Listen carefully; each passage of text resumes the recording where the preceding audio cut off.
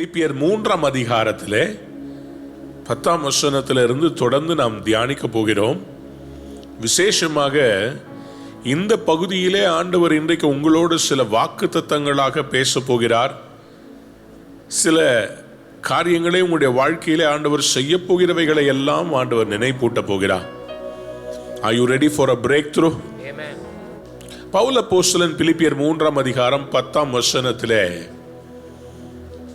நம் கடந்த நாட்களில் தியானித்துக் கொண்டு வந்திருக்கிறோம். அவருடைய உயிர்த்தெழுதலின் வல்லமையை, அவருடைய பாடுகளின் ஐக்கியத்தை, அவருடைய மரணத்திற்கொப்பான மரணத்திற்குள்ளாகி எப்படியாயினும் நான் மரித்தோரிலிருந்து உயிரோடு எழுந்திருப்பதற்கு தகுதியாகும்படிக்கு அவருக்காக எல்லாவற்றையும் நஷ்டம் என்றும் விட்டேன், குப்பையுமாக எண்ணுகிறேன். இதில் விசேஷமாக 2 காரியங்களை உங்களோடு கூட நான் பகிர்ந்து கொள்வேன் என்று சொல்லியிருந்தேன். The number one thing is to know the power of his resurrection.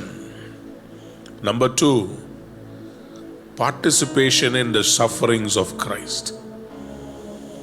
இது 2த்துல இருக்கிற ரகசியத்தையும் மேன்மையையும் குறித்து பவுல் அப்போஸ்தலன் சொல்கிறார். இந்த 2 காரியத்தை அறிந்து கொள்வதற்காக நான் மற்ற எல்லாத்தையும் நஷ்டம் என்று விட்டுவிட்டேன்.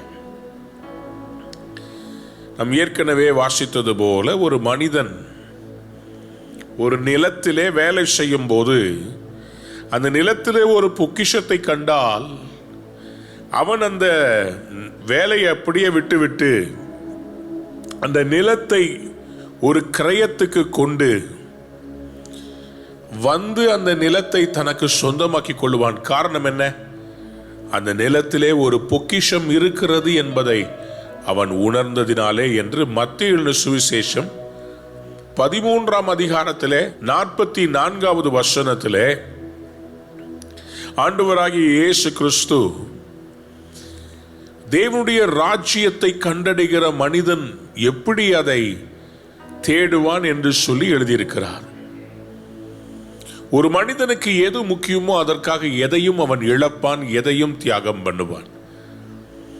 ஏனென்றால் மனிதனுடைய சிந்தையிலே எது விலையேற பெற்றது என்று யோசிக்கிறானோ அதற்காக அவன் விலைக்கிரயம் செலுத்துவதற்கு ஆயத்தமாயிருப்பான்.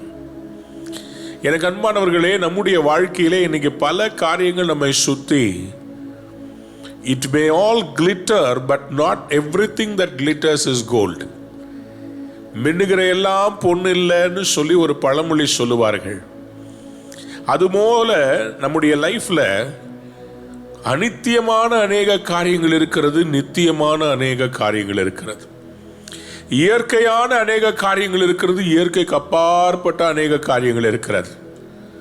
இன்னைக்கு உங்கள்கிட்ட இயற்கைக்கு அப்பாற்பட்ட தேவனுடைய வல்லமையை பெற்றுக்கொள்வது எப்படி என்று சொல்லி பரிசுத்தவான்களுடைய பாதையிலே கடந்து சென்று நாமும் அந்த வல்லமையை, அந்த எம்பவர்மெண்ட்டை பெற்றுக்கொள்ள போகிறோம். பெற்றுக்கொள்ள விரும்புகிறவங்க ஒரு அல்லேலூயா சொல்றீங்களா? பவுல் அப்போஸ்தலன் எதுக்காக துடிச்சாரா? அவருக்கு எதுக்காக எல்லாமே நஷ்டம் என்றும் குப்பை என்றும் எண்ணினாரா? நம்பர் 1, அவர் சொல்றாரு, that I may know the power of his resurrection. என்னுடைய பிள்ளைகளை நன்றாக அறிந்து கொள்ளுங்க. ஆண்டவருடைய பிள்ளைகளுக்கு கர்த்தர் ஒரு அந்தஸ்தை கொடுக்கிறார். நீதிமான் என்கிற ஒரு அந்தஸ்தை கொடுக்கிறார். கர்த்தருடைய பிள்ளைகள் என்கிற அந்தஸ்தை கொடுக்கிறார். ஆனா வெறும் அந்த கர்த்தருடைய பிள்ளைகள் என்கிற அந்தஸ்து அல்லது நீதிமான் என்கிற அந்தஸ்தோட சில பேர் நிக்காம, சில பேர் சூப்பர் நேச்சுரல் எக்ஸ்ட்ராடினரி லைஃபுக்காக ஆண்டவர்கிட்ட ஜெபிக்கிறாங்க. அப்படி ஜெபிக்கிறவங்களை நீங்களும் ஒருத்தர் நான் விசுவாசிக்கிறேன். அப்படின்னா ஆமென் சொல்லுங்க. அல்லேலூயா. ரோமருக்கு எழுதின நிருபம் 4ஆம் அதிகாரம் 25ஆம் வசனத்தை வாசித்து பார்க்கும்போது, அவர் நம்முடைய பாவங்களுக்காக ஒப்பு கொடுக்கப்பட்டும் சரி நாம் நீதிமான்களாக்கப்படுவதற்காக எழுப்பப்பட்டும் இருக்கிறார். 2 பகுதி இருக்கிறது. ஒன்று, பாவங்களுக்காக அவர் மரிக்க வேண்டியதாயிற்று, அவர் ஒப்பு கொடுக்க வேண்டியதாயிற்று. ஆனால் நான் நீதிமான்கள் ஆக்கப்படுவதற்காக அவர் எழும்ப வேண்டியதாயிற்று. கையை உயர்த்தி ஒரு அல்லேலூயா சொல்றீங்களா? அப்படியானா என்னை நீதிமானாக்க ஆண்டவர் உயிரோடு எழும்பினாரே, நான் நீதிமானாக்குன அந்த உயிரோடு எழும்பின அவருடைய வல்லமை என்ன? What is the power of resurrection that can make a sinner alive, that can make a dead body to come alive? பவுலுடைய சிந்தையிலே ஆழமாக எழுப்பக்கூடிய அந்த வல்லமையை நான் பார்க்க வேண்டும், அதை அறிந்து கொள்ள வேண்டும். He wants to know the power. என்னை நீதிமானாக்கிறதுக்காக என் ஆண்டவராகிய இயேசு கிறிஸ்துவை எழுப்பின அந்த உயிர்த்தெழுதலின் வல்லமை என்ன? ஒருத்தவங்க உதவி செய்யறாங்கன்னா வெறும் உதவியை வாங்கிறது மட்டும் பெருசில்ல, அந்த உதவி எங்கே இருந்து வந்தது, அது எப்படி வந்தது, அதை குறித்து அறிந்து கொள்ள வேண்டும் என்று நீதிமான்களாக்கப்பட்டவர்களுக்கு விருப்பம் உண்டு. எனக்கு எப்படியோ பணம் வேணும், கொள்ளையடிச்சோ எப்படியோ கொடுத்துருங்க அப்படின்னு நினைக்கிறவங்களுக்கு அது எப்படி ஆசீர்வாதம் வந்துச்சு அவசியம் இல்லை. ஆனால் உண்மையாக கர்த்தருக்கு பயப்படுகிறவர்களுக்கு எனக்கு இந்த அற்புதம், எனக்கு இந்த வல்லமை, எனக்கு இந்த நீதிமான்களாக்கப்படுகிற இந்த கிருபை எப்படி கிடைத்தது? அவருடைய உயிர்த்தெழுதலின் வல்லமையிலே கிடைத்திருக்கிறது. எல்லா தெய்வங்களும் என்னிடத்தில் வா, நான் விடுதலை கொடுக்கிறேன் என்று சொல்லுகிறது. உலகத்தில் இருக்கிற எல்லா மார்க்கங்களும் ஒன்றே ஒன்றுதான், உனக்காக நீ அடைய வேண்டிய நியாய தீர்ப்பை நான் அடைந்து உனக்காக மரணத்திலிருந்து நான் உயிரோடு எழும்பி இருக்கிறேன் என்று சொல்லுகிறது. ஒரே ஒரு சத்தம், இயேசு கிறிஸ்துவின் சத்தம். நல்ல கையை உயர்த்தி ஆமென் சொல்ல மாட்டீங்களா? அதனால்தான் பவுல் அப்போஸ்தலன் இந்த உயிர்த்தெழுதலின் வல்லமையை குறித்து அவர் அதனுடைய இம்பார்ட்டன்ஸ், அதனுடைய வேல்யூவை குறித்து 1 கொரிந்தியர் 15:17 இப்படியாக சொல்கிறார். கிறிஸ்து எழுந்திராவிட்டால் உங்கள் விசுவாசம் வீணாயிருக்கும், நீங்கள் இன்னும் உங்கள் பாவங்களில் இருப்பீர்கள். பாருங்க, the whole gospel, the power of Christianity is not that Jesus came to the world. மனுஷ அவதாரமாய் வந்த எத்தனையோ புராண கதைகள் இருக்கிறது.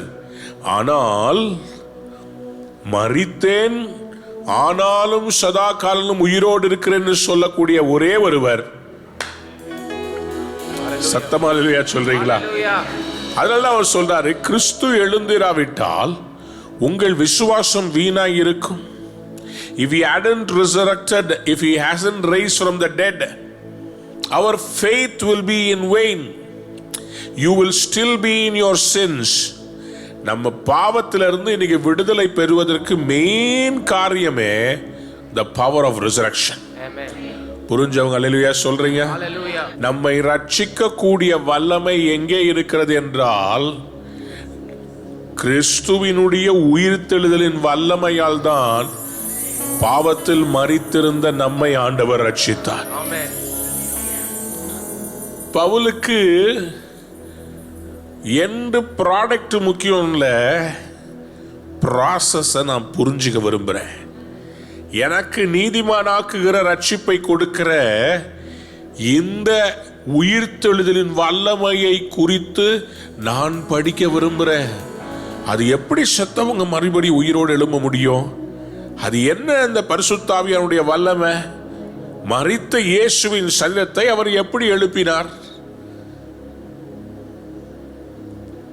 இந்த பேதுரு, யாக்கோபு, யோவான் எல்லாம் ஏமாத்திரலாம்.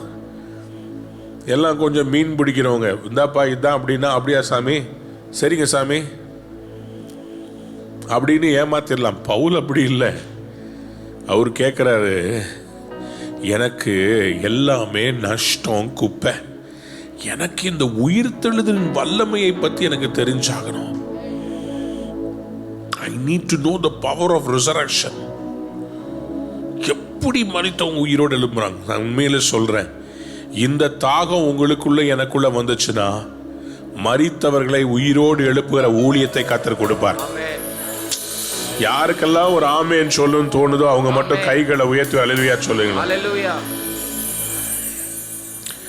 ஆவியிலே அவர்களை எழுப்புவது இருக்கிறது, சரீரத்திலே எழுப்புவது இருக்கிறது.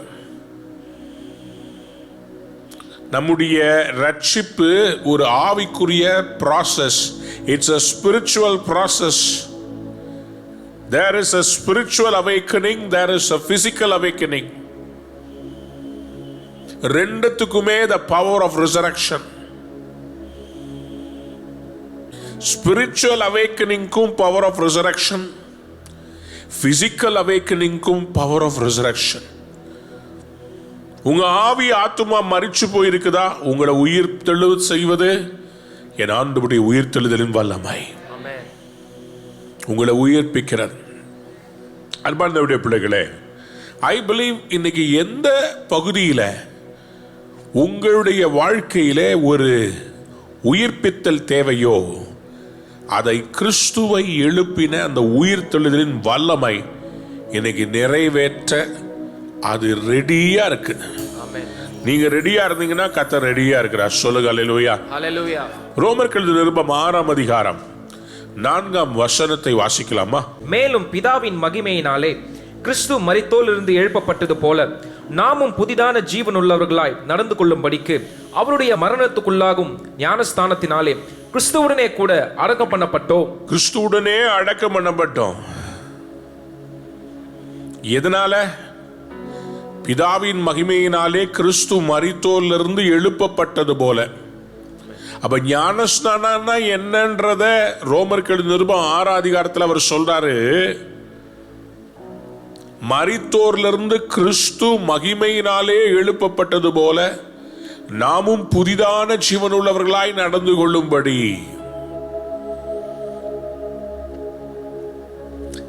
கிறிஸ்து சிலுவையிலே மரணத்தின் சாயலில் அவர் இணைக்கப்பட்டார், அடக்கம் பண்ணப்பட்டார். ஆனால் the story doesn't end there. ரோமர் 6:5 சொல்கிறது, ஆதலால் அவருடைய மரணத்தின் சாயலில் நாம் இணைக்கப்பட்டவர்களானால் அவருடைய உயிர்த்தெழுதலின் சாயலிலும் இணைக்கப்பட்டிருப்போம். ஆமென். If I am going to convict or commit myself to the cross is suffering, burial, resurrection. Amen. இவர் கேள்வி தான், சும்மா ரட்சிப்புனா நான் போத்துக்க மாட்டேன், எனக்கு இந்த ரட்சிப்பினாலே என்ன பலன்? உயிர் தெழுதலின் வல்லமை. Hallelujah. When I get saved, I am privileged to receive the same power of resurrection that Jesus Christ received in his body. எதற்காக இயேசு பாவம் செய்யாம சிலுவையை ஏற்றுக்கொண்டார்? சும்மா நினைக்கிறீங்களா? இயேசு சாமிக்கு தெரியும், நான் மரித்தாலும் உயிரோடு எழுப்ப கர்த்தரிடத்திலிருந்து வல்லமை என் மேலே இறங்கி வரும். Jesus Christ new. அதனாலதான் அவர் ஊழியம் செய்யும் போதே சொன்னாரு, நாம் பாடுபட்டு சிலுவையில் அறையப்பட்டு 3ஆம் நாள் உயிரோடு எழும்புவேன். The power of resurrection gave Jesus Christ the boldness to meet the cross. Amen. உங்களுக்கு இன்னைக்கு இயேசுவின் நாமத்தில் சொல்றேன், நீங்கள் இயேசு கிறிஸ்துவோடு பாடுகளில் ஐக்கியப்பட்டால் உயிர்த்தெழுதலின் வல்லமையிலும் உங்களுக்கு ஒரு பங்கு உண்டு. Hallelujah. Hallelujah.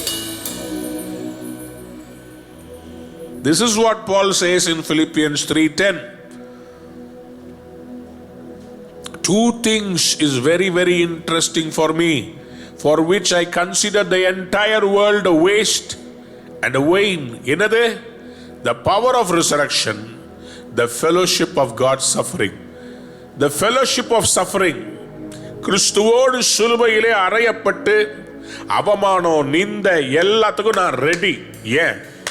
எனக்கு இந்த அவமானம் முடிச்ச பிறகு, என்னை எல்லாம் கேவலமா பேசி முடிச்சு, என் கல்ற மேல சீல் வச்சுட்டு எல்லாரும் போன பிறகு, என் மேல நியாய தீர்ப்பு எழுதிட்டு போன பிறகு, என்னை உயிர்ப்பிக்கிற ஒருவர் இருக்கிறார்.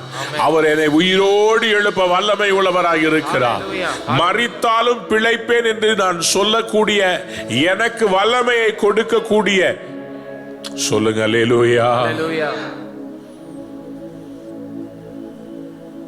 அதனால்தான் பாருங்க, இந்த ரோமர் நிருபம் 6ஆம் அதிகாரத்துல ஞானஸ்தானத்தை பத்தி பேசுறவரு, ரோமர் 7ஆம் அதிகாரத்துல தன்னுடைய ரட்சிக்கப்பட்ட அந்த ஆரம்ப நாட்கள்ல இருந்த போராட்டங்களை எழுதுகிறவரு, ரோமர் 8ஆம் அதிகாரத்துல கர்த்தருடைய ஆவியினாலே நடத்தப்படுகிற, கர்த்தருடைய ஆவியினாலே உயிர்ப்பிக்கப்படுகிற அந்த உயிர்ப்பிக்கிற வல்லமையை குறித்து பேசுகிறார்.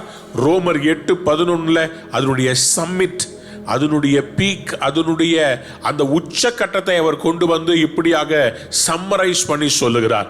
வாசிக்கலாமா? ரோமர் 8:11. அன்றியும் இயேசுவை மரித்தோரிலிருந்து எழுப்பினருடைய ஆவி உங்களில் வாசமாயிருந்தால், கிறிஸ்துவை மரித்தோரிலிருந்து எழுப்பினவர் உங்களில் வாசமாயிருக்கிற தம்முடைய ஆவியினாலே சாவுக்கேதுவான உங்கள் சரீரங்களையும் உயிர்ப்பிப்பார். கைகளை உயர்த்தி ஒரு அல்லேலூயா சொல்லுங்க. கையை தட்டிக்கிட்டே ஒரு அல்லேலூயா சொல்லலாமா? அல்லேலூயா.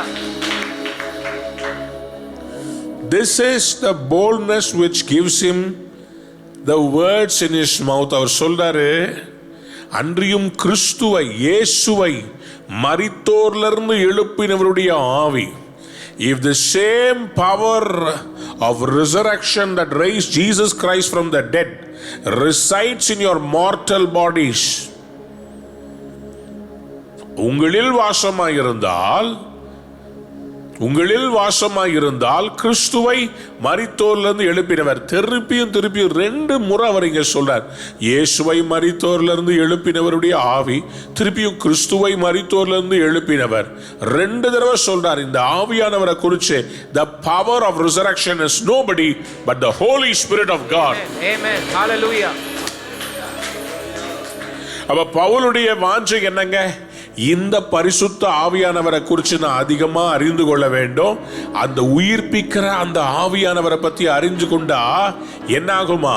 கிறிஸ்துவை எழுப்பினவர் உங்களில் வாசமாயிருக்கிற தம்முடைய ஆவியினாலே சாவுக்கேதுவான உங்கள் சரீரங்களையும் உயிர்ப்பிப்பார். Hallelujah. Hallelujah. That is why he considered, கமாலியேலுடைய பாதத்தில் அருகே உட்கார்ந்து எல்லாவற்றையும் படித்து தேர்ந்தவர் சொல்றார், அந்த படிப்பெல்லாம் குப்பை, நஷ்டம். MSc biology, MCA computer science, PhD எல்லாம் குப்பை. ஏன்? ஆண்டவருடைய உயிர்த்தெழுதலின் வல்லமைக்கு முன்னாடி அதெல்லாம் ஒண்ணுமே கிடையாது. அதெல்லாம் எனக்கு நஷ்டம், குப்பை.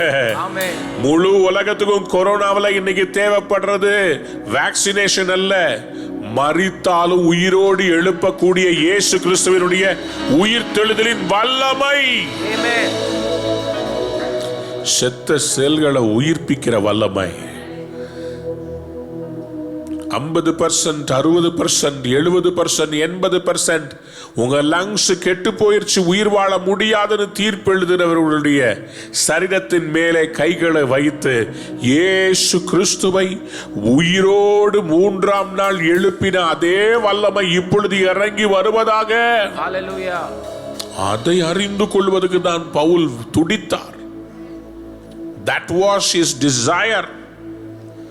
அதுதான் அவருடைய அந்த வாஞ்சை. அதுதான் எல்லா சபைக்கும் எழுதிக்கிட்டு இருக்கிறார். கொலோசியர் 2ஆம் அதிகாரம் 12ஆம் வசனத்தை வாசிங்களேன். ஞானஸ்தானத்தினாலே அவரோடு கூட அடக்கம் பண்ணப்பட்டவர்களாகவும், அதிலே அவரை மரித்தோரிலிருந்து எழுப்பின தேவனுடைய செயலின் மேல் உள்ள விசுவாசத்தினாலே அவரோடு கூட எழுந்தவர்களாகவும் இருக்கிறீர்கள். You are God's work, not just united by baptism.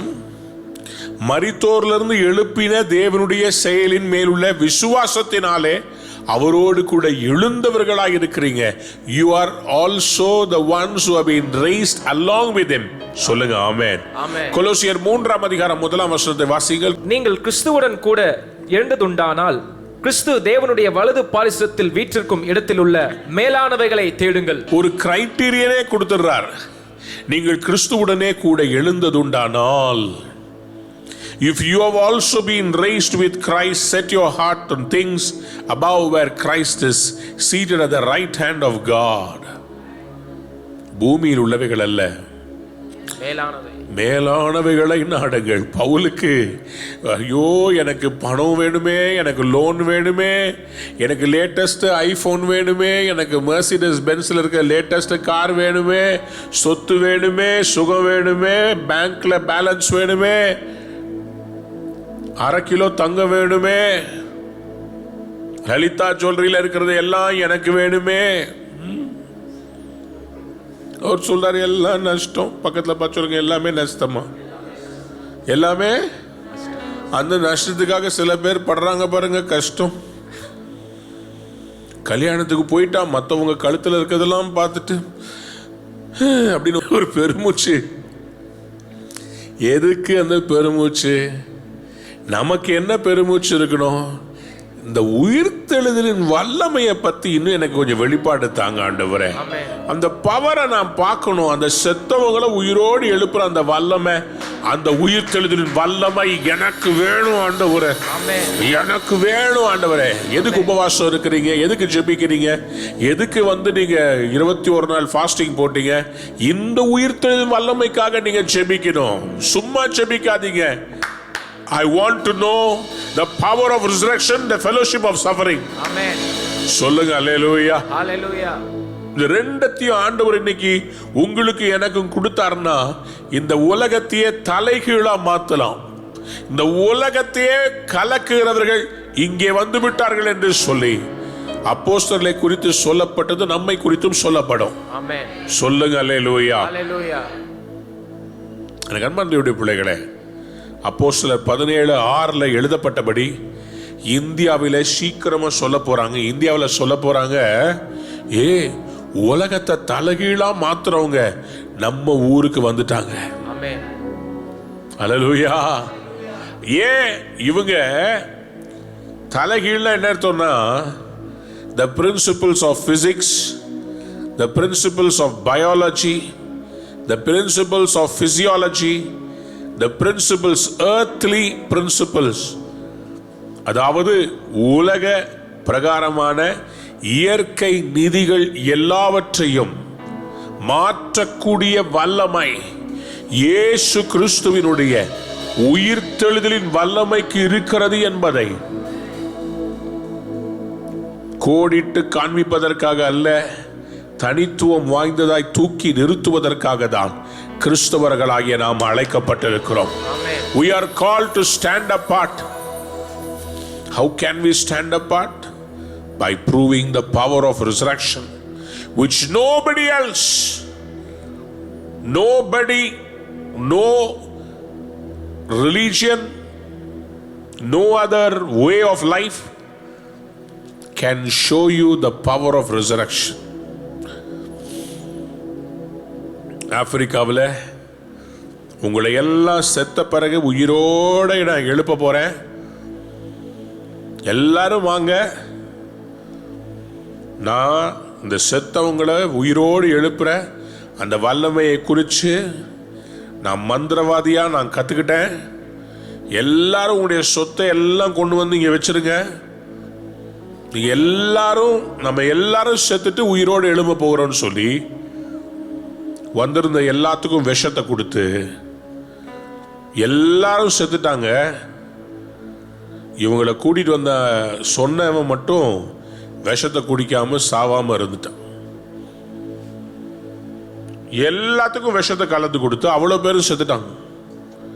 என்ன சொல்லி, உங்க எல்லாரையும் நான் உயிரோடு எழுப்புறேன், அதுக்கு பிறகு நீங்க பயங்கர மிராக்கிளா இருப்பீங்க, இன்னைக்கு இருக்கிற உங்க செல்வம் 100 மடங்கா மாறும்னு சொல்லி அவ்வளோ பேட்டை இருக்கிற செல்வத்தையும் இவன் ஆட்டைய போட்டுக்கிட்டு அவங்களெல்லாம் சாவடிச்சிட்டான். கடைசியில் அதை கேள்விப்பட்டு போலீஸ் அவனை பிடிச்சிட்டு போய் சிறையில் அழைச்சு, he was the reason for an entire followers that were following him. ஒரு மாஸ் மர்டர் மாதிரி நடந்துச்சு. தேவ பிள்ளைகளே, மந்திர சக்தியாலேயோ பிசாசினுடைய தந்திரத்தினாலேயோ உயிர் தெள வைக்கவே முடியாது. ஏன்னா அவன் மனுஷ கொலை பாதகன். அவனுக்கு அழிக்க தான் தெரியும். உயிர் கொடுக்கவும் உயிர்ப்பிக்கவும் ஒரே ஒருவரால முடியும், என் ஆண்டவர் இயேசு கிறிஸ்துவால மட்டும்தான்.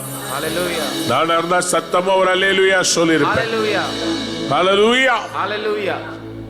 ஆகவேதான் இந்த பாடுகளின் ஐக்கியத்துக்கு அவர் ஆயத்தமாயிருந்தார். 2 கொரிந்தியர் 1:5 எப்படியெனில் கிறிஸ்துனுடைய பாடுகள் எங்களிடத்தில் பெருகுகிறது போல கிறிஸ்துவினாலே எங்களுக்கு ஆறுதலும் பெருகுகிறது. கைகளை உயர்த்தி ஒரு அல்லேலூயா சொல்றீங்களா? ஹல்லேலூயா, ஹல்லேலூயா, ஹல்லேலூயா. பாடுகள் பெருகினால் ஆறுதலும் பெருகும். ஆறுதலும் பெருகும். எங்களுக்கு பாடு வந்துச்சுன்னா எங்களுக்கு ஆறுதல் வரும். எங்களுக்கு நஷ்டம் வந்துச்சுன்னா ரெட்டிப்பான ஆசீர்வாதமும் வரும். பஞ்சம் வந்துச்சுன்னா 100 மடங்கு ஆசீர்வாதம் வரும். இதாங்க ஃபெலோஷிப் ஆஃப் தி சஃபரிங்ஸ். ஏனென்றால் சிலுவையோடு நம்முடைய ஆண்டவர் இயேசு கிறிஸ்துவினுடைய கதை முடியவில்லை. சிலுவைக்கு பிறகு அவரை அடக்கம் பண்ணினார்கள். பாதாளமும் கிரேவ் மயானமும் அவரை அடக்கி வைக்க முடியவில்லை. பூமியால் அவரை அமுக்கி வைக்க முடியல. கிராவிடேஷனல் புல் என்று சொல்லப்படுகிற புவியீர்ப்பு சக்தியை அதை கேன்சல் பண்ணிட்டு பிளேன் எழும்புறது போல பாவம் என்கிற பாவத்தின் சம்பளமாகிய மரணம் என்கிற அந்த ஈர்ப்பு சக்தியை பரிசுத்தத்தாலே மரணத்தை ஜெயித்து உயிரோடு எழும்பினவர் நமக்கும் ஒரு வழியை காண்பித்திருக்கிறார். உன்னையும் நான் உயிர்ப்பிக்க முடியும். நீ ரட்சிக்கப்பட்டு என்னுடைய ரத்தத்தினால கழுவப்பட்டா நான் உயிரோடு எழுந்தது போல உன்னையும் எழுப்ப எனக்கு வல்லமை உண்டு. You can also have the power of resurrection. அதுக்கு தான் இந்த உலகத்தினுடைய சிற்றின்பங்களுக்கு பாவங்களுக்கு நோ சொல்லி அங்கே ஒரு காரியத்தை நம்ம எல்லாரும் அனுபவிக்கிறோம். தட் இஸ் நம்முடைய சரீரத்தில் ஆவியில ஒரு மரணத்துக்கொப்பான ஒரு மரணத்தை நம்ம எல்லாரும் சகிக்கிறதுக்கு காரணம் என்னன்னா முட்டாள் இல்லைங்க. இன்னைக்கு நம்ம கிறிஸ்துவோடு சிலுவையில் அறையப்பட்டார், நாளைக்கு அவரோடு கூட ஆளுகை செய்வோம். நான் இருந்த சத்தமா ஆமென் சொல்லிருப்பேன். Spiritual death, physical death. எபேசியர் 1:19-20 வாசித்து பார்க்கும்போது, தாம் கிறிஸ்துவை மரித்தோரிலிருந்து எழுப்பி அவரிடத்தில் நடப்பித்த தமது பலத்த சத்துவத்தின் வல்லமைப்படியே விசுவாசிக்கிறவர்களாகிய நம்மிடத்தில் காண்பிக்கும் தம்முடைய வல்லமையின் மகா மேன்மையான மகத்துவம் இன்னதென்றும். எது இந்த பவர் ஆஃப் ரிசரக்ஷன் உடைய அதனுடைய மைட் என்னன்றதை காண்பிக்கிறதுக்காக நீங்கள் அறியும்படிக்கு அவர் உங்களுக்கு பிரகாசமுள்ள மனக்கண்களை கொடுக்க வேண்டும் என்று வேண்டிக் கொள்கிறேன். ஆமென். மேல எல்லா துரைத்தனத்துக்கும் எல்லா அதிகாரத்துக்கும் வல்லமைக்கும் கர்த்தத்துவத்துக்கும் இம்மையில் மாத்திரமல்ல மறுமையிலும் பேர் பெற்றிருக்கும் எல்லா நாமத்திற்கும் மேலாய் அவர் உயர்ந்திருக்கத்தக்கதாக. கைகளை உயர்த்தி அல்லேலூயா சொல்லலாமா? ஹல்லேலூயா. இங்க பாருங்க, ஒரு ஸ்பிரிச்சுவல் டெத்ல இருந்து கிறிஸ்து எப்படி நம்மளை எழுப்புவார் அப்படின்னு சொல்லி எபிசியன்ஸ் சாப்டர் 1:19 எழுதி இருக்குது. ஆனா ரோமன்ஸ் 8:11 ஸ்பிரிச்சுவல் டெத்ல இருந்து இல்ல, பிசிக்கல் டெத்ல இருந்தே அவர் நம்ம எழுப்ப வல்லமை உள்ளவர். ஹல்லேலூயா சொல்லுங்க. அல்லேலூயா, ஹல்லேலூயா. எத்தனை பேருக்கு ரெண்டுத்திலயும் ஒரு உயிர்ப்பிக்கிற வல்லமையை பார்க்கணும்? ஆமென். சொல்லுங்க ஆமென். ஹல்லேலூயா. அதுக்கு தான் we should be willing. கொலோசியர் 1:24 இப்பொழுது நான் உங்கள் நிமித்தம் அனுபவிக்கிற பாடுகளில் சந்தோஷம் அடைந்து கிறிஸ்துவனுடைய உபத்திரவங்களில் குறைவானதை அவருடைய சரீரமாகிய சபைக்காக என் மாம்சத்திலே நிறைவேற்றுகிறேன். The identification of Paul along with the sufferings of Christ. Why? Because he says, I see a fulfillment of something more blessed. இப்பொழுது உங்கள் நிமித்தம் நான் அனுபவிக்கிற பாடுகளில் சந்தோஷம் அடைகிறேன். கையை வைத்து அல்லேலூயா சொல்றீங்களா? ஒரு மனுஷன் இன்வெஸ்ட்மெண்ட் பண்றான்னா அந்த இன்வெஸ்ட்மெண்ட்டுக்கு கஷ்டம் வருதுன்னா அவனுக்கு தெரியும் இதுல ஒரு லாபம் வரப்போகுது. ஆமென். அதனால தான் விதைக்கிறான். விதைக்கிறது கஷ்டமான காரியங்க. கையில் இருக்கிற விதைய நம்பி நிலத்துல போடணும். இது விளையும்னு சொல்லி நம்பி விதைய போடணும். அதே மாதிரிதான் நம்ம லைஃப்ல நம்ம ஒர்க் பண்ற எல்லா காரியமும் ஒரு நம்பிக்கையில தான் விதைக்கிறோம். கர்த்தர் உங்களை பார்த்து சொல்றாரு, பாடுகளில் சந்தோஷம் அடைந்தால் அவருடைய உயிர்த்தெழுதலிலே உங்களுக்கு பெரிய பங்கு இருக்கிறது. ஆமென். சொல்லுங்க அல்லேலூயா. ஹalleluya. Somebody lift your hands and say amen. ஆமென். அப்ப ஃபெலோஷிப் ஆஃப் சஃபரிங்ல நம்ம கஷ்டப்படணுமா, கண்ணீர் விடணுமா, இல்ல சந்தோஷமா ஏத்துக்கணுமா? பவுல் சொல்லுகிறாரு, நான் அதை என்ன பண்றேன்? இப்பொழுது நான் உங்கள் நிமித்தம் அனுபவிக்கிற பாடுகளில் சந்தோஷம் அடைந்து கிறிஸ்துவனுடைய உபத்திரவங்களில் குறைவானதை அவருடைய சரீரமாகிய சபைக்காக என் மாம்சத்திலே நிறைவேற்றுகிறேன். சந்தோஷமா ஒரு ஆமென் சொல்லுங்க. ஹalleluya. என் மாம்சத்துல நான் நிறைவேற்றதுக்கு காரணம் என்ன? பாடுகள்ல சந்தோஷம். எத்தனை பேர் பாடுகள்ல முறுமுறுப்பு இல்லாம சந்தோஷமா ஏத்துக்க ரெடியா இருக்கிறீங்க? ஹalleluya. பாடுகள்ல சந்தோஷமா இருக்கிறீங்களா? What is your attitude in tribulation? ஆண்டவராகிய இயேசு கிறிஸ்து மலை பிரசங்கத்துல இப்படியாக சொன்னாரு, when you are going through trials rejoice ன்னு சொன்னார். என் நிமித்தம் உங்கள் மேல பொய்யான குற்றச்சாட்டுகளை சுமத்தி உங்களை துன்பப்படுத்தினாங்கன்னா நீங்க என்ன பண்ணணுமா? சந்தோஷப்பட்டு களி கூறுங்கள். ஏன் இப்படி சொன்னாரு? ஏன் இப்படி சொன்னாரு?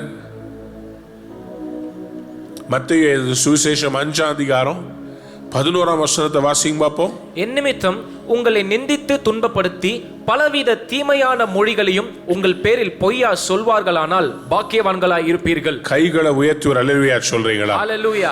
என் நிமித்தம் உங்களை நிந்தித்து துன்பப்படுத்தி பலவிதமான தீமையான மொழிகளையும் உங்கள் பேரில் பொய்யாய் சொல்வார்களானால். நம்ம எதை ஊழியத்துக்காக இழந்தோன்றது ஆண்டவருக்கு மட்டும்தானே தெரியும். ஊழியத்தில் நம்மளை பார்த்து சில பேர் பவுலை பார்த்து எப்படி நிறைய பேர் பேசுனாங்களோ அதே மாதிரி கிறிஸ்துவுக்காக ஊழியம் செய்யும் போது நம்மளை பார்த்து சில பேர் பெருமை பிடிச்சவன், அல்லது எதுக்கு இவங்களுக்கு இதை செய்யணும், எதுக்கு அதை செய்யணும், ஓவரா போறாங்க, அகலக்கால் வைக்கிறாங்க. இந்த காரியங்கள் எல்லாம் நம்மளை பத்தி பேசும்போது அந்த பாடுகளை சகிப்பதற்கு அதையெல்லாம் கேட்டுட்டு கண்ணீர் விட்டு ஓரமா உட்கார்ந்து இருக்கிறதா, இல்லாவிட்டா சந்தோஷப்பட்டு நான் அவருடைய பாடுகளோடு ஐக்கியப்பட்டிருக்கிறேன். This is part of the package. ஆமென்.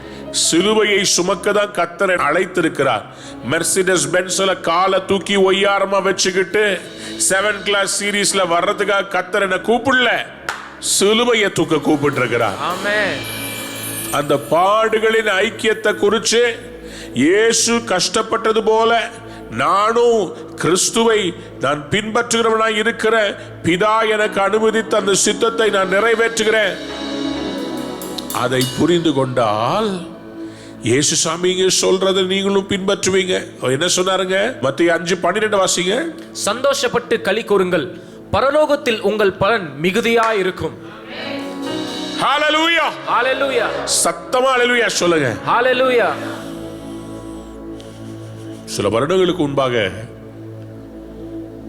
திருச்சபையில எல்லாரும் ஊழியம் செய்ய வாங்க, நம்ம ஊழியத்தின் மேல இருக்கிற அபிஷேகத்தை புரிந்து கொள்ளுங்க, ஏராளமான ஆத்துமாக்களை அறுவடை செய்ய வேண்டும், எனக்கு கொடுக்கப்பட்ட அழைப்பை புரிந்து கொள்ளுங்க. சபையோரே, நம்ம யாரு? நான் யார்? உங்க பாஸ்டர் ஆகிய நான் யார்? என் மேல் என்ன அழைப்பு? நான் பேசினத நம்ம எல்லாரும் சேர்ந்து பெரிய அறுவடை எடுப்போம்னு பேசினத பின்னாடி முன்னாடி வெட்டிட்டு ஒரு பகுதியை மட்டும் போட்டுட்டு கிறிஸ்துவுக்காக பாராட்டின வைராக்கியத்தை கொச்சைப்படுத்தி பணத்துக்காக செல்வாக்குக்காக நான் ஏங்குகிறது போல பெருமை பிடித்தவன் போல பிக்சரைஸ் பண்ணி என்னை அதிகமா நேசிக்கிற ஒரு நபர் என்னை குறித்து விளம்பரப்படுத்தி வீடியோ போட்டு கேவலப்படுத்தும் போது எனக்குள்ள ஒரு பகுதி அப்படியே செத்து போச்சு. அதை சகிக்கிறதுக்கு ரொம்ப கஷ்டப்பட்டேன். அவமானம். 1999 ஜூன்ல இருந்து ஊழியத்தில் இருக்கிறேன். எதையும் சேர்த்ததில்ல, கிடைக்கிறதெல்லாம் போட்டு ஊழியம் பண்ணி பெரிய பெரிய ஃப்ரீடம் பெருவிழாக்கள்ல நடத்துவதற்கு கடனை வாங்கி காரை வித்து எவ்வளவோ பாடுகளை அனுபவிச்சு கஷ்டப்பட்டு சபையை ஆவியில உற்சாகப்படுத்தி இந்த பட்டணத்தை பிடிக்கணும்னு சொல்லி நுங்கம்பக்கத்துல ஒரு காம்ப்ளெக்ஸ்ல ஒரு சபையை கொண்டு போய் நிக்க வச்சு வாங்க இந்த பட்டணத்தை பிடிக்கலான்னு சொல்லி பட்டணத்தினுடைய 7 முகப்புகளிலும் போய் இந்த பட்டணத்தை பிடிச்சுக்கிட்டு இருக்கிற பொல்லாத ஆவிய நான் அடிச்சா, நீ எப்படிரா பட்டணத்து நடுவில் இருக்கிற இந்த இடத்தை அமெரிக்கன் கவுன்சிலேட் இருக்கிற இந்த பில்டிங்ல நீ எப்படிரா சபையை வைப்ப? சபைனா பிச்சைக்கார கூடண்டான்னு சொல்லி பிசாசு நடத்தின யுத்தத்துல நாங்க யுத்தத்துல நிக்கிறோம். கூட நின்று தூக்கி விட வேண்டியவங்க எட்டி தள்ளி விட்டு, உனக்கு எதுக்குறா இவ்வளவு பெரிய இடம், உனக்கு எதுக்குறான்னு சொல்லி என்னமோ நம்முடைய பெருமைக்காக தேவனுடைய ராஜ்யத்தை நிலைநாட்டுவதற்காக நம்ம முயற்சி பண்ணா, நம்முடைய பெருமைக்கு நினைச்சு தள்ளி விட்டு எவ்வளோ கஷ்டங்களை அனுபவிக்கும் போது உயிர் வாழணுமான்ற எண்ணம் வரும்போது ஆண்டவர் சொல்லுவாரு, கிறிஸ்து பாடுபட்டது போல நீயும் பாடுபடுற. You are going through the fellowship of God's suffering. இதை நீ பாடுபட்டாதான், இதை நீ கடந்து போனாதான் உயிர்த்தெழுதலின் வல்லமைனா என்னன்றது புரிஞ்சு கொள்ள முடியும். நீ இதை கடந்து போய்தான் ஆகணும்னு சொல்லிட்டார். பதில் வீடியோ போட முடியாது, ஏன்னா ஆண்டவர் கூடாதுன்னு சொல்லிட்டார். What do you do when you are accused, when you are falsely accused? நானும் மனைவியும் 2 பிள்ளைங்களும் அமெரிக்காவில் போய் செட்டில் ஆயிடுவோம் தான் அந்த வீடியோவில் போட்டான். எவ்வளோ பெரிய பொய், எவ்வளோ பெரிய பொய். இங்கே எழுப்புதலுக்காக விதைக்கப்பட்டு எல்லாவற்றையும் இழந்து நிற்கிறோம்.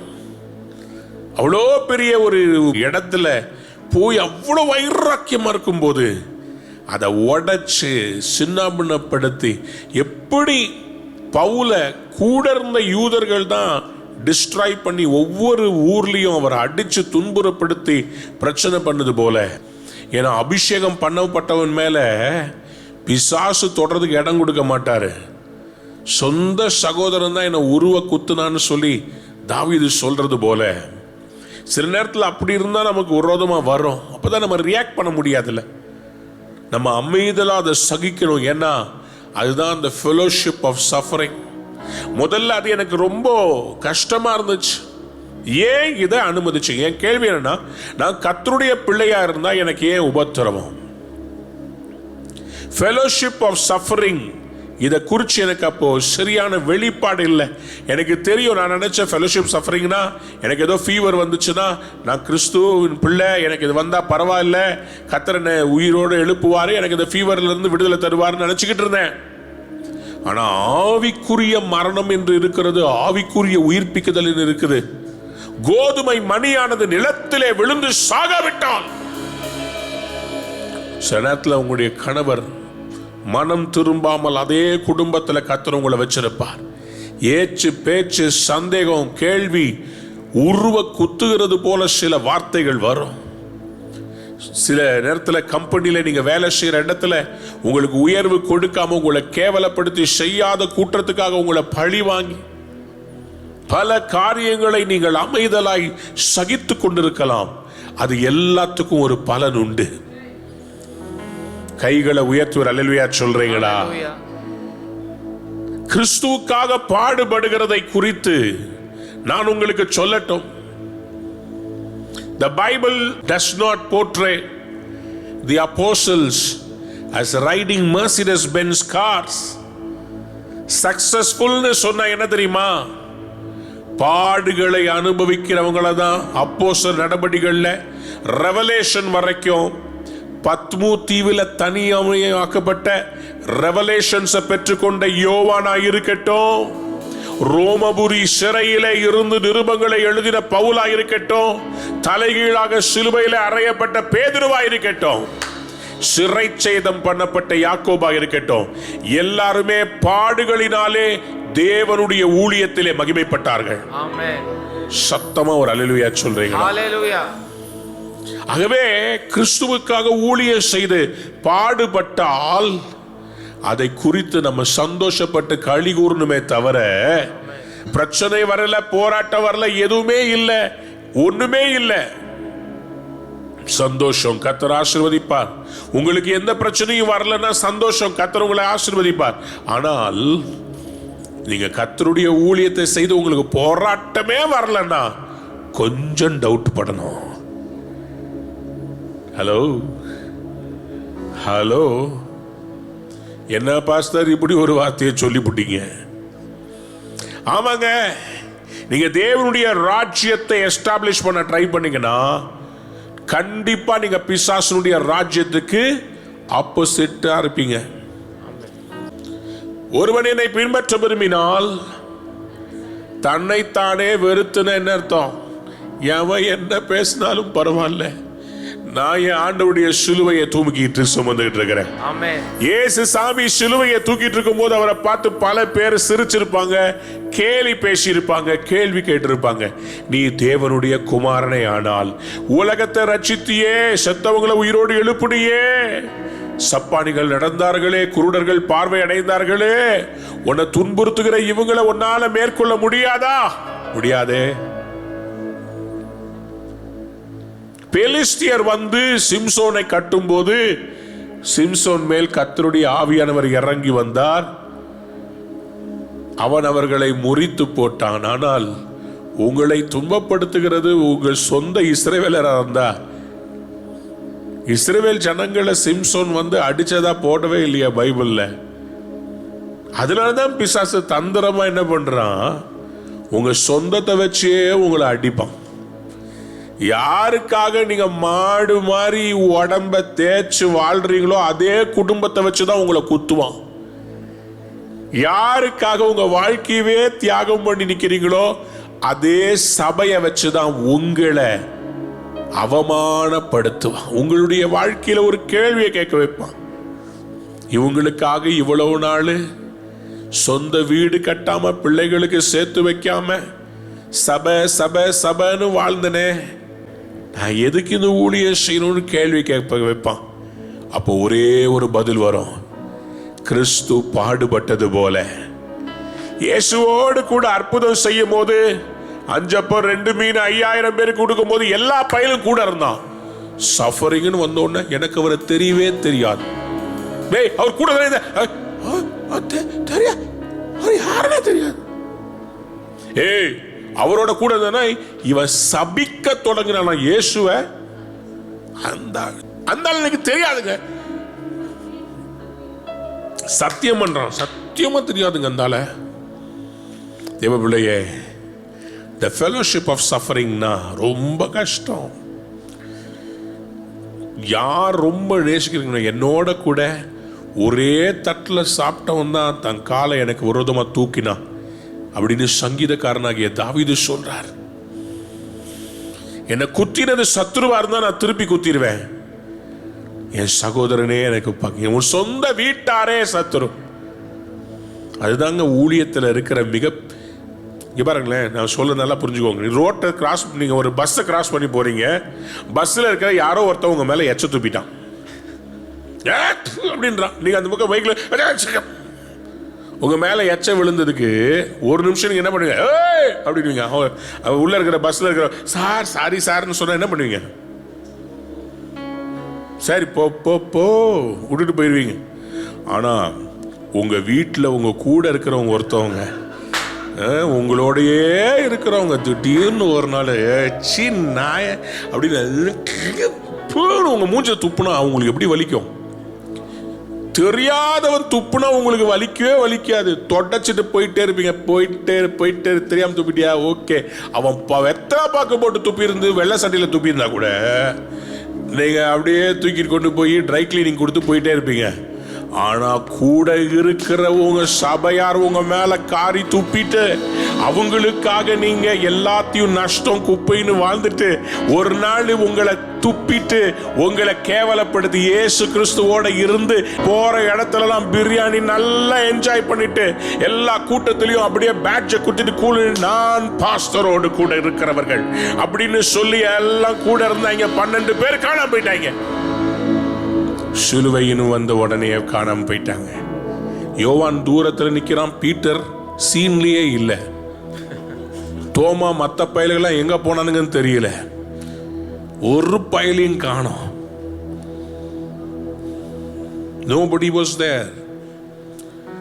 Fellowship of sufferings is lonely. தூங்க முடியாத இரவுகள் கடந்து போறீங்களா? செத்துறலான்ற எண்ணம் வருதா? வியாதின்னு வந்த உடனே எல்லாரும் ஒதுங்கி நிக்கிறாங்களே. பிரச்சனைன்னு வந்த உடனே, கடன் வந்த உடனே, இந்த பயங்கரமான பேண்டமிக்கு கஷ்டப்படுறீங்கன்னு தெரியும். நிறைய காசு வச்சிருக்கிறாங்க. உதவி செஞ்சா என்ன? கொஞ்சம் எனக்கு உதவி செய்யலாமே. நான் கஷ்டப்படுறேன்னு தெரியுதுல்ல. நான் வாய் விட்டு கேட்கணும்னு நினைக்கிறாங்களா? இல்லை நான் கேட்டக்கூடாதுன்னு என்னை அவாய்ட் பண்றாங்களே. எவ்வளோ கஷ்டம் தெரியுமா?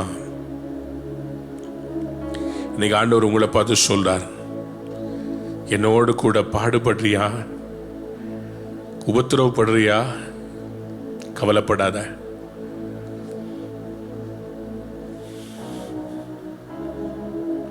ஆதியாகமம் 50:20 நீங்கள் எனக்கு தீமை செய்ய நினைத்தீர்கள், கர்த்தரோ இப்பொழுது நடந்து வருகிறபடியே எனக்கு அதை நன்மையாக மாற பண்ணினார். கையை உயர்த்தி ஒரு பெரிய அல்லேலூயா சொல்லுங்க. யோசேப்பு சிறைச்சாலையிலே இருக்கும்போது 13 வருடங்கள் ஒவ்வொரு நாளும் அவருக்குள்ள வெறி எப்படி இருக்கும். எங்க அண்ணனுங்களை பார்த்தோன்னா சாவட்டிக்கணும், என்னை போட்டு குழியில போட்டு ஓடி போயிட்டானுங்களே, எங்க அண்ணனுங்க அண்ணனா நீங்க வாங்கடா அண்ணனுங்களா அப்படின்னு இருந்திருக்கணும்னு இல்லை. அவர் சொல்றாரு, எனக்கு உங்க மேல கசப்பே இல்லப்பா. ஒரு நாள் கர்த்தர் இவரை ஏத்திட்டாரு. ராஜ பிரபு உட்கார்ந்து இருக்கிறார். அண்ணன்மாரர்கள் வர்றாங்க. அவங்கள கொல்லணும்ன்ற எண்ணமே வரல. ஏன்? நீங்க எனக்கு தீமை செய்ய நினைச்சீங்க, கர்த்தர் அதை எனக்கு நன்மையாக முடிய பண்ணினார். நீங்க என்ன தூக்கி புதைச்சிங்க, ஆனா கர்த்தர் என்ன உயிரோடு எழுப்பினார். உங்களுக்கு விரோதமாக யார் எவ்வளவு தீங்கு செய்தாலும், அல்லேலூயா, இன்னைக்கு நீங்க நடுத்தெருவில் நிக்கிற மாதிரி எல்லாரும் பாருங்க. நீங்க கிறிஸ்துவுக்காக எவ்வளவு கஷ்டப்படுறீங்க. குடிச்சு வெறிச்சு உங்களுடைய கணவர் வேற ஒரு பெண்ணோடு தொடர்பு வச்சுட்டு உங்களை தனிமைப்படுத்தி ரோட்ல நிக்க வச்சுட்டு போயிட்டு இயேசுவை நம்புன ஒண்ணு உன்னை காப்பாத்தலன்னு உலகம் உங்களை பார்த்து இன்னைக்கு சிரிக்கலாம். ஆனா ஒரு நாள் கர்த்தர் உங்களை உயர்த்தி கனப்படுத்தும் போது, நீ வெட்கப்பட்ட இடத்துல கர்த்தர் உன்னை தலை நிமிர்ந்து வைக்கும் போது, அந்த சிலுவையோடு அவரோடு கூட பாட நிமித்த உன்னை எல்லாரும் பார்த்து பிரமிப்படைவார்கள். இன்னைக்கு சொல்றேன், பைத்தியக்காரங்கள்ல, those who are suffering along with Jesus Christ are not foolish people. They are waiting for a reward. அவரோடு பாடுகளை சகித்தோமானால் அவரோடு ஆளுகை செய்வோம். ஹல்லேலூயா. எத்தனை பேர் ஆமென் சொல்ல விரும்புறீங்க? பக்கத்துல பார்த்து சொல்லுங்க, இக்காலத்து பாடுகள், சத்தமா சொல்லுங்க, காலத்து பாடுகள் இனி வரிப்படும் மகிமைக்கு ஒப்பானவைகள் அல்ல. பக்கத்தை பார்த்து சொல்லுங்க, கங்க்ராச்சுலேஷன்ஸ். நீங்க கடந்து போன பாடுகளுக்கு கர்த்தர் மகிமையான வெற்றி தரப்போகிறார். ஆமென். ரோமர் 8:18 அதனாலதான் அதை சொல்றார். வாசிக்கும் பாப்போம். ஆதலால் இக்காலத்து பாடுகள் இனி நம்மிடத்தில் வெளிப்படும் மகிமைக்கு ஒப்பிடத்தக்கவைகள் அல்லவென்று எண்ணுகிறேன். சத்தமா ஒரு அல்லேலூயா சொல்றீங்களா? ஹல்லேலூயா. அவர் இன்னொரு ரிசரக்ஷன் சொல்றார். இயேசு கிறிஸ்து வரும்போது மரித்தவர்களை எல்லாம் உயிரோடு எழுப்ப போகிறாரே, அந்த ரிசரக்ஷனை பத்தி இவர் பார்க்கணும்னு விரும்புறார். ஏன்னா அந்த நாள்ல ஒருத்தர் 2 பேர் இல்லைங்க, உலகம் முழுவதிலும் யாரெல்லாம் கிறிஸ்துக்குள்ளோ மரிச்சாங்களோ அவங்களை எல்லாம் கர்த்தர் எழுப்ப போகிறார். ஹalleluya. சத்தமா அல்லேலூயா சொல்றீங்களா? ஹalleluya. 1 கொரிந்தியர் 15:23 சொல்கிறது, அவனவன் தன் வரிசையிலே உயிர்ப்பிக்கப்படுவான். அவனவன் தன் வரிசையிலே உயிர்ப்பிக்கப்படுவான். முதற் பலனானவர் கிறிஸ்து, பின்பு அவர் வருகையில் அவருடையவர்கள் உயிர்ப்பிக்கப்படுவார்கள். கைகளை உயர்த்தி அல்லேலூயா சொல்றீங்களா? ஹalleluya. இந்த வல்லமை Paul was not desiring for an ordinary power of resurrection that will raise one person from the dead. The whole world, whoever died in Christ, at the coming of Christ, everyone will be raised up. Amen. Hallelujah. பெற்றுக்கொள்ள எத்தனை பேர் ஆயத்தமா இருக்கிறீங்க? Hallelujah. இவ்வளவு பெரிய வல்லமையை கர்த்தர் உங்களுக்கு தர போறா. உங்க லைஃப் முடியலங்க. Your life is not a full stop, it's just a comma. Amen. We are going to live eternally with him. Amen. மிகுதியான பலனை கர்த்தர் பரலோக ராஜ்யத்தில் வைத்திருக்கிறார். ஹalleluya. இப்போ உங்களை ஒருவேளை கனப்படுத்தாம இருக்கலாம். இன்னைக்கு ஒருவேளை பெரியவர்கள் எல்லாம் உங்களை கனப்படுத்தாம இருக்கலாம். ஆனா சிறுமைப்பட்ட உங்க நியாயத்தை விசாரிக்கிற கர்த்தர் இம்மையிலும் மறுமையிலும் ஒரு பெரிய கனத்தை உங்களுக்கு தருவார். ஹalleluya. எத்தனை பேர் பாடுகளை சகிக்க ரெடியா இருக்கிறீங்க? நான் அந்த பாடுகளின் வழியா கடந்து போகும்போது யோசிப்பேன், எதுக்கு நான் பிரசங்கம் பண்ணணும்? இவ்வளோ கஷ்டப்பட்டு கடைசியில் என்னை நான் செய்யாத குற்றத்துக்காக என்னை போட்டு இப்படி பழி வாங்குறாங்களே, எனக்கு அதுக்கு சம்பந்தமே கிடையாது, என்னை போட்டு இப்படி சொல்றாங்களே. அப்ப ஆண்டவர் சொன்னார், என்னையும் அப்படிதான்ப்பா சொன்னாங்க. ஆண்டவர் இயேசு என் அறைக்குள்ள வந்தார், சொன்னார், என்னையும் அக்யூஸ் பண்ணாங்க. என்ன எதுக்காக சிலுவையில் அறைந்தாங்க? They did not have a valid reason. Just because I am the son of God. Amen. Just because I wanted to stand with the truth. Amen. அரசியல்வாதிகளுக்கு பின்பாக, பட்டம் பதவிகளுக்கு பின்பாக, பணம் பின்பாக, பாவம் செய்கிறவர்களுக்கு என்ன வேணா செய்துக்கோன்னு சொல்லி காம்ப்ரமைஸ்டா வாழ்ற ஒரு ஊழியக்காரனா இருந்திருந்தா எப்படியோ எங்கேயோ போயிருக்கலாம். இல்ல, பரிசுத்தம் தான் முக்கியம், ஆண்டவருடைய ராஜ்யம் தான் முக்கியம், ஆத்துமாக்கள் அறுவடை தான் முக்கியம்னு சொல்லி நீ இருந்தீனா கண்டிப்பா பிசாசுக்கு எதிராளியா இருப்ப. உனக்கு அவன் தொந்தரவு கொடுத்துக்கிட்டே இருப்பான், உன்னை பத்தி பேசுவாங்க, உனக்கு விரோதமா நிற்பாங்க, ஆப்போசிட் டீமும் வேலை செய்யும், உன் சொந்த டீமும் வேலை செய்யும். இவ்வளவும் சகிச்சுட்டு நிக்கணும். The power of resurrection, the fellowship of his sufferings. இந்த ரெண்டத்தையும் நீங்க சகிச்சீங்கன்னா கர்த்தர் சரித்திரத்தில் 2000 வருஷத்துக்கு பிறகும் பவுலுடைய எழுத்துக்களை எடுத்து தியானிச்சு நம்ம எல்லாரும் இன்னைக்கு உயிர்ப்பிக்கப்படுகிறோமே, உங்களுக்கும் சரித்திரத்தில் கர்த்தர் இடம் கொடுப்பார். சரித்திர புருஷர்களாய் மாற்றுவார். நாளைக்கு உங்க லைஃப் பத்தி வர்ற புக் எடுத்து நிறைய பேர் படிச்சு அவங்க ஊழியத்துல பலப்படுவாங்க. நான் புக் எழுதுவேன், அன்னைக்கு எல்லாருக்கும் தெரியும் எதற்காக கர்த்தர் எல்லாத்தையும் அனுமதிச்சார். கைகளை உயர்த்தி அல்லேலூயா சொல்றீங்களா? எழுப்பி நாம் அவரோடு கூட பாடுகளை சகித்தோமானால் அவரோடு கூட ஆளுகையும் செய்வோம். அவரோடு கூட பாடுகளை சகித்தோமானால் அவரோடு கூட ஆளுகை செய்வோம். 2 தீமோத்தேயு 2:12. The fellowship of sufferings is not without a reward. பாடுகளை சகிப்பதற்கு கர்த்தர் உங்களுக்கு ரிவார்டு கொடுக்காம இருக்க மாட்டாரு. அது என்ன கொடுப்பாருன்னா 2 தீமோத்தேயு 2:12. அவரோடு கூட பாடுகளை சகித்தோமானால், அவரோடே கூட பாடுகளை சகித்தோமானால் அவரோடே கூட ஆளுகையும் செய்வோம். அவரோடே கூட ஆளுகையும் செய்வோம். நாம் அவரை மறுதலித்தால் அவரும் நம்மை மறுதலிப்பார். கஷ்டப்படும் போது அவரை மறுதலிக்க கூடாதுங்க. அவரோடு கூட பாடுகளை சகித்தா ஆளுகை செய்வோம். கர்த்தர் இப்பொழுது உங்களை அழைத்தவர் உண்மை உள்ளவராய் இருக்கிறார். அவர் உங்களை கொண்டு செய்ய போகிற காரியங்கள் பயங்கரமா இருக்க போகிறது. கைகளை உயர்த்தி யார் யாருக்கெல்லாம் இந்த 2 காரியங்களும் இன்னைக்கு தேவை கையை வைத்து ஜெபம் பண்ணுங்க பாப்பா. அந்நிய பாஷையில தபரதியான் துலபா எல்லாம் வாயை தரங்க. Come on people, your suffering is not in vain. நீங்க செய்கிற தியாகம், நீங்க கர்த்தருக்காக அர்ப்பணித்த உங்க வாழ்க்கை, அவரை தேடுறதுக்கு எல்லாத்துக்கும் ஒரு பயன் இருக்கிறது. நல்ல வாயை திறந்து ஷபட தலபா திபர சந்தரபா லியாதரபா ஷடதலபா ரபதுனமிதுலபா. நம்முடைய பாடுகளை எல்லாம் அவர் சகித்துக் கொண்டார், நம்முடைய அக்கிரமங்களை எல்லாம் அவர் சுமந்தார். எதற்காக? நீங்களும் நானும் இந்த உயிர்த்தெழு வல்லமையிலே நடக்க வேண்டும் என்பதற்காக தான். பாடுகளை சகிக்கிற தேவ பிள்ளையே, உனக்கு ஒரு பெரிய ரிவார்டு இருக்குது. நீ சாக மாட்ட. உயிரோடு இருந்து கர்த்தருடைய செய்கைகளை விவரிக்கும்படி உன்னையும் கர்த்தர் எழுப்ப போகிறார். உனக்கு தான் வரங்களை தரப்போகிறார். உன்னை கொண்டுதான் பெரிய காரியங்களை செய்ய போகிறார். உன்னை கொண்டு ஒரு மாபெரும் எழுப்புதலை கட்டளையிட போகிறார். The power of resurrection. எல்லா வாயை திறந்து அந்நிய பாஷையில பேச ஆரம்பிங்க. தேவனுடைய வல்லமை உங்க மேல இறங்கி வருகிறது. தேவனுடைய வல்லமை உங்க மேல இறங்கி வருகிறது. Open your mouth. Receive the power. Receive the power.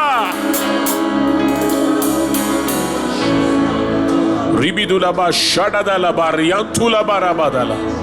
Lianturaba shededianturabase. ஆண்டவர் சொல்றார், எழும்பு எழும்பு சீயோனே, உன் வல்லமையை தரித்துக்கொள். பரிசுத்த நகரமாகி எருசலேமே, அலங்கார வஸ்திரங்களை பிடித்துக்கொள். Thank you, Holy Spirit. ஆசீர்வதியும் பலப்படுத்தும் இயேசு கிறிஸ்துவின் வல்லமையுள்ள நாமத்தினாலே உடைய பிள்ளைகளை மனதார ஆசீர்வதிக்கிறேன். இயேசுவின் நாமத்தில் ஜெபம் கேளும் பிதாவே, ஆமென். அன்பான நேயர்களே, இந்நிகழ்ச்சியில் கொடுக்கப்பட்ட வாக்குத்தத்தங்களும் தீர்க்க தரிசன வார்த்தைகளும் உங்களுக்கு ஆசீர்வாதமாய் இருந்திருக்கும் என்று நாங்கள் நம்புகிறோம்.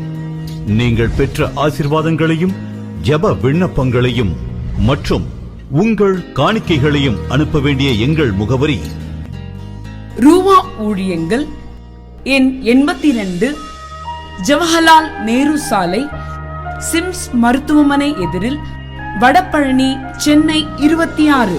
உங்கள் காணிக்கைகளை ஆன்லைன் மூலமாக எளிதாக செலுத்தலாம்.